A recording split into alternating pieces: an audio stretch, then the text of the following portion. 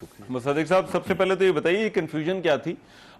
ये पेट्रोल की कीमत जो है वो वज़ीर-ए-आज़म ऑफिस कहता है कि आप 15 रुपए कम करें, लेकिन वजारत जो ऑर्डर जो नोटिफिकेशन जारी होता है वो 4 रुपए का होता है।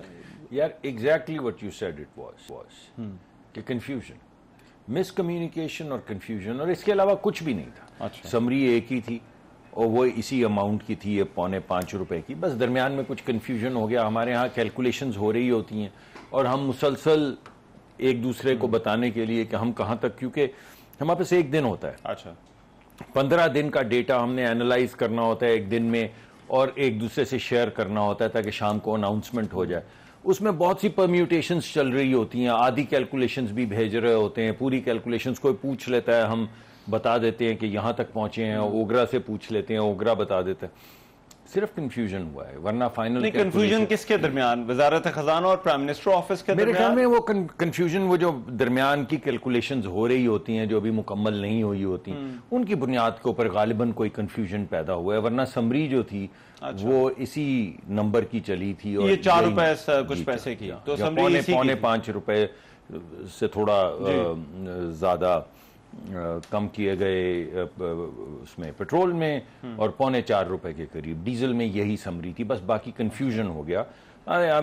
वाकई एक अजीब सा कंफ्यूजन था। वे मेकिंग श्योर के दोबारा ऐसा ना हो। तो आप इसको इंश्योर करेंगे दोबारा? जी बिल्कुल ऐसे इसमें हमें ही एम्बेरसमेंट होती ना। अब आप सवाल पूछ रहे हैं, मैं बार बार नहीं, मैं तो इस वजह से पूछ रहा हूँ क्योंकि हमें समझ नहीं आ रहा था कि वज़ीर-ए-आज़म की बात का एतबार करें या तो इस नोटिफिकेशन कर रहे हैं। इन दोनों में से जो है वो कौन ठीक कह रहा है? भाई आप ये मान लें कि ना वजारत खजाना की गलती थी ना वज़ीर-ए-आज़म की थी, हमारी गलती थी, मगर ये मिसकम्युनिकेशन हुई है। और ये मिसकम्युनिकेशन की वजह से कुछ भी नहीं था उसमें, कोई मटीरियल। अच्छा, हुकूमत अब इन्फ्लेशन जो है वो आपका कहना है कि फूड इन्फ्लेशन जो है वो बहुत कम होगी, लेकिन देखिए पेट्रोल की कीमत अब कम हुई है बतदरीज। आई थिंक 25 रुपए जो है वो कम हुई है, लेकिन लोगों का एक गिला है जो आज सारा दिन टेलीविजन स्क्रीन पर भी जो है वो चलता रहा कि किराए कम नहीं होते, और जो इन्फ्लेशन इन चीजों की वजह से होती है, पेट्रोल की कीमत बढ़ने की वजह से, क्या कोई मैकेनिज्म नहीं है कि वहां पर चीजें दोबारा जो है वो कीमतें जो है वो नीचे आए? मिसाल किरायों की मैं एक मिसाल दे रहा हूं, और भी बहुत सारी चीजों की कीमतें बढ़ती हैं। मेरे ख्याल में थोड़ी इन्फोर्समेंट की जा सकती है सूबाई सतह पे, क्योंकि ये इन्फोर्समेंट गली महल्ले की जो इन्फोर्समेंट है वो हम तो नहीं कर सकते। लेकिन हकीकत यह है कि ये डीरेगुलेटेड मार्केट्स हैं, तो होता यह है कि जब प्राइस बढ़ती है तो थोड़े से लैग के बाद किराए बढ़ना शुरू हो जाते हैं, और जब प्राइस घटती है तो थोड़े से लैग के बाद प्राइसेस घटना शुरू हो जाती हैं। अब अगर कल रात 12 बजे प्राइस कम हुई है तो आज तो प्राइस नहीं घटेगी, सुबह होगा ये कि तमाम जो कंपेटिटर्स हैं वो 5, 10, 50 किस्म की जो बसें चल रही हैं जो किराए वसूल करती हैं, जब वो देखेंगी कि पेट्रोल सस्ता हो गया और इसका मार्केट शेयर ज्यादा है, आपका मार्केट शेयर मान लें ज्यादा है, तो मैं किराया थोड़ा सा सस्ता कर लूंगा। तो होता ये कि ज्यादातर मार्केट फोर्सेस जो हैं वो कुछ लैग के बाद, यानी उसी दिन नहीं होती, क्योंकि उसी दिन कंपटीशन इतनी तेजी से तो नहीं रिएक्ट करता ना कि आपने रात को कीमत घटाई तो सुबह कम हो गई। लेकिन अगर कीमतें कम होंगी तो किराए कम होते चले जाएंगे। कार्टेलाइजेशन है ये तो मार्केट की भी डायनामिक्स को इस तरह से कंट्रोल करता है कि ये कम नहीं होने देता। ये आपकी बात किसी हद तक ठीक है। पाकिस्तान में बहुत ज्यादा एलीट कैप्चर है, पाकिस्तान में बहुत ज्यादा नामुराद कार्टेलिंग है, लेकिन यानी मिनी बसें और बसों की इतनी कंपनियां हैं कि उनको कार्टेल करना बज़ाहिर लगता है मुश्किल होगा। मैंने कभी इसको देखा नहीं है क्योंकि मेरी जिम्मेदारी नहीं कभी ये रही, लेकिन मुझे लगता है कि जहां पे 3-4 कंपनियां हो ना या 10 कंपनियां हो, वहां पे कार्टेलिंग बड़ी आसान है। लेकिन जहां पे मतलब सैकड़ों हजारों की तादाद में बस कंपनियां हो, कोई न्यू ए के नाम से, कोई न्यू बी के नाम से, कोई न्यू सी के नाम, आप रोज देखते हैं। और ये तो जीटी रोड, मैं उसकी बात कर रहा हूं मोटरवे की, जीटी रोड पे जाएं तो उससे भी ज्यादा फिर कंपटीशन है फेयर्स। तो इसी तरह ट्रकों का है, हर एक ने, मसलन आपकी एक बड़ी फैक्ट्री है और कोई ट्रकिंग कंपनी वाला जो है आपसे ठेका लेना चाहता है कि आप मुझे ठेका दे दें, तो जिसको डिस्प्लेस करना है उससे कम पैसे का वो ऑफर करेगा तो ठेका मिलेगा ना, तो वो कंपटीशन के जरिए। लेकिन इसमें गवर्नमेंट का कोई रोल नहीं है? ये जो गुड्स ट्रांसपोर्ट है या ये जो ट्रांसपोर्टर्स जो पब्लिक ट्रांसपोर्ट है, इसमें गवर्नमेंट की कहीं ना कहीं पर तो से होनी चाहिए। मतलब बंदा गवर्नमेंट रेगुलेट कर सकती है। नहीं डॉक्टर साहब, मेरा सवाल ये है कि इनको मार्केट के रहमो करम पे तो नहीं छोड़ा जा सकता। ज्यादा हुकूमत का ये प्लान है कि आप इसको मार्केट फोर्सेस को डिटरमाइन मैंने आपको पहले बताया है कि फॉर एग्जांपल बिजली रेगुलेटेड है, पेट्रोल रेगुलेटेड है, ठीक है, एलपीजी रेगुलेटेड नहीं, अगरचे उसमें 50 रुपए कीमत कम हुई है, मगर किसी हद तक हुकूमत एक अंदिया दे के, सीपी प्राइस दे के, जो हम जिसका हम अनाउंसमेंट करते हैं, प्राइस को कंट्रोल करने की कोशिश करती है और ब्लैकियों को पकड़ती भी है। लेकिन मेरा ख्याल है, मैंने जैसे आपको पहले कहा, मैंने ट्रांसपोर्टेशन को कभी देखा नहीं, कम्युनिकेशन ट्रांसपोर्टेशन को, लेकिन मेरा ख्याल है कि प्राइवेट सेक्टर ट्रांसपोर्टेशन जो है वो डीरेगुलेटेड है, इस वजह से वहां पे मार्केट फोर्स ही काम करती है। लेकिन जब बहुत एक्सप्लॉयटेशन अवाम की हो रही है तो कवानीन मौजूद हैं कि अगेंस्ट एक्सप्लॉयटेशन आप जो हमारी सूबाई हुकूमतें हैं वो क्रैकडाउन करके इन्फोर्समेंट कर सकें। तो मेरे ख्याल में अगर आप वाकई जो कह रहे हैं वो इतना बड़ा मसला है तो सूबाई लेवल पे क्रैकडाउन किया जा सकता है, मगर बाय एंड लार्ज मेरा ये ख्याल है कि ये मार्केट फोर्सेस के जरिए चलता है, क्योंकि हजारों नहीं 10-20 हजार ट्रक की कंपनी है, आप अड्डों पे चले जाएं, छोटी छोटी 2 ट्रकों वाले, 50 ट्रकों वाले, 3 ट्रकों वाले, 10 ट्रकों वाली कंपनियां बनी हुई हैं, वो चला रहे हैं, वो आवाजें लगा रहे हैं, शोर मचा होता है वहां पे, आप कभी चले जाएं। तो मेरे ख्याल में अगर पेट्रोल की कीमत कम होनी शुरू हो जाए तो आहिस्ता आहिस्ता वो मार्केट में सरायत कर जाएगी, बिल्कुल उसी तरह जैसे जब कीमत बढ़ती है तो कीमतें बढ़ना शुरू हो जाती हैं।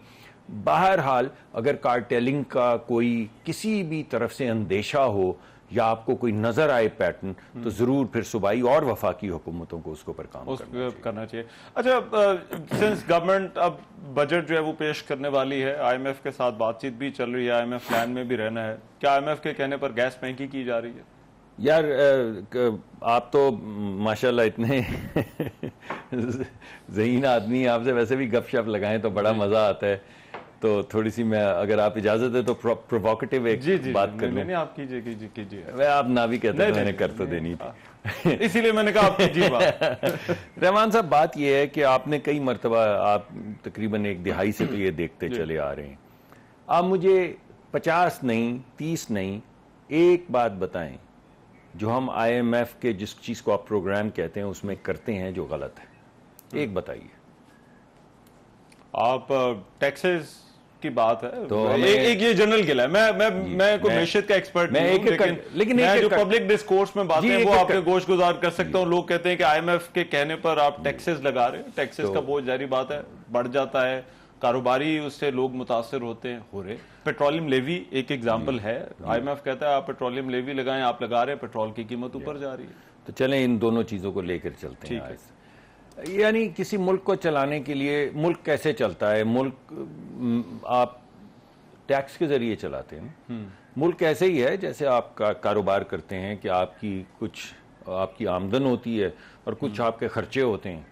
अगर आपके खर्चे जो हैं वो 1.5 गुना हो जाएं आपकी आमदन से, तो आप आहिस्ता आहिस्ता बैंकरप्ट हो जाते हैं। ठीक, आप हाउस होल्ड की ले लें एग्जाम्पल, कि आप एक लगी बदी आप पैसे लेकर आते हैं और आप घर में देते हैं कि इससे घर चलाना है। अगर घर का खर्चा जो है, जो आपने बजट किया हुआ है, उससे दुगना हो जाए, तो थोड़ी देर के बाद जब आप हमसायों से लेंगे, कुछ रिश्तेदारों से पैसे लेंगे, मगर एक वक्त आएगा कि कोई आपको पैसे नहीं देगा, कोई आपसे बात नहीं करेगा, लोग नजरें कतराएंगे और आपका घर जो है वो बैंकरप्ट हो जाएगा। यानी आप जितने भी पैसे लेकर आएंगे, वो जो आपने लोगों से मांगे हुए हैं, पैसे लिए हुए हैं, वो देने में गुजर जाएंगे, घर का खर्चा नहीं चलेगा। राइट। तो मुल्क चलाने के लिए आपके पास स्वाय टैक्स के तो कोई आमदन नहीं होती। तो आप टैक्स इकट्ठा करते हैं तो स्कूल खुलते हैं, टैक्स इकट्ठा करते हैं तो अस्पताल चलते हैं, टैक्स इकट्ठा करते हैं तो सड़कें बनती हैं, टैक्स इकट्ठा करते हैं तो लॉ इन्फोर्समेंट होती है, टैक्स इकट्ठा करते हैं तो लाइट चलती। ठीक है सर, वो समझ आ गई। अब अगर आप टैक्स नहीं इकट्ठा करते, और या अगर आपको कोई दोस्त आपका कहता है कि रहमान साहब कोई ख्याल करें, या आपके बड़ी महंगी नेक्ट आई है, लेकिन आपकी तो खर्चे भी आपको तो खैर ये इतनी छोटी छोटी चीजों से क्या फर्क पड़ेगा, लेकिन हमें पड़ता है। अगर कोई तो इतनी महंगाई होगी डॉक्टर साहब, हर चीज से फर्क पड़ता है। लेकिन आप मुझे गैस, लेकिन अगर कोई शख्स किसी को हिदायत करे कि आप अपनी आमदन बढ़ाएं, अच्छा, तो ये तो बुरी चीज नहीं, एक बात होगी। दूसरी, अब आ जाए लेवी के ऊपर। बात यह कि हमारे यहाँ कोई शख्स तो टैक्स देने को तैयार नहीं है। कई मरतबा हमने टैक्स बेस को बढ़ाने की कोशिश की, हत्तुल इम्कान हर हुकूमत ने कोशिश की, हमारी हुकूमत समेत, कि जो आपकी इनकम है उसकी मुताबिकत से आपको डायरेक्ट टैक्स लगाया जाए। डायरेक्ट टैक्स आपको लग जाता है क्योंकि आपकी तो तनख्वाह आती है, तनख्वाह में से तो ऑलरेडी कट जाता है, तो आप तो टैक्स दे रहे हैं। इसी तरह वो बड़ी बड़ी कंपनियां जो टैक्स के नेट में आ गई वो भी टैक्स देती जा रही, सुपर टैक्स भी देती जा रही, वेल्थ टैक्स भी देती जा रही। लेकिन बेशुमार कारोबार, आप अभी F10 के मरकज में चले जाएं या किसी जगह पे चले जाएं, लिबर्टी मार्केट में चले जाएं या डिफेंस की क्लिफ्टन की किसी मार्केट में चले जाएं या फैसलाबाद में आपका वो कौन सा भला सा वो डी ग्राउंड, नहीं सर, वो अब तो डी ग्राउंड तो पुरानी होगी, अब तो ऐसे ऐसे जबरदस्त मॉल उधर बन चुके हैं। आप किसी वो लायलपुर मॉल या कहीं चले जाएं, ठीक, और पता करें कि कौन टैक्स दे रहा है। नहीं, लेकिन तो टैक्स का हुकूमत के पास यही हाल है कि बिजली और गैस और पेट्रोल, ये तीन चीजें बची हैं जहां पे लोगों जिनकी कीमतें बढ़ती चली जाएंगी। होगा ये कि घर चलाने के लिए जो पैसे चाहिए वो इकट्ठे करेंगे।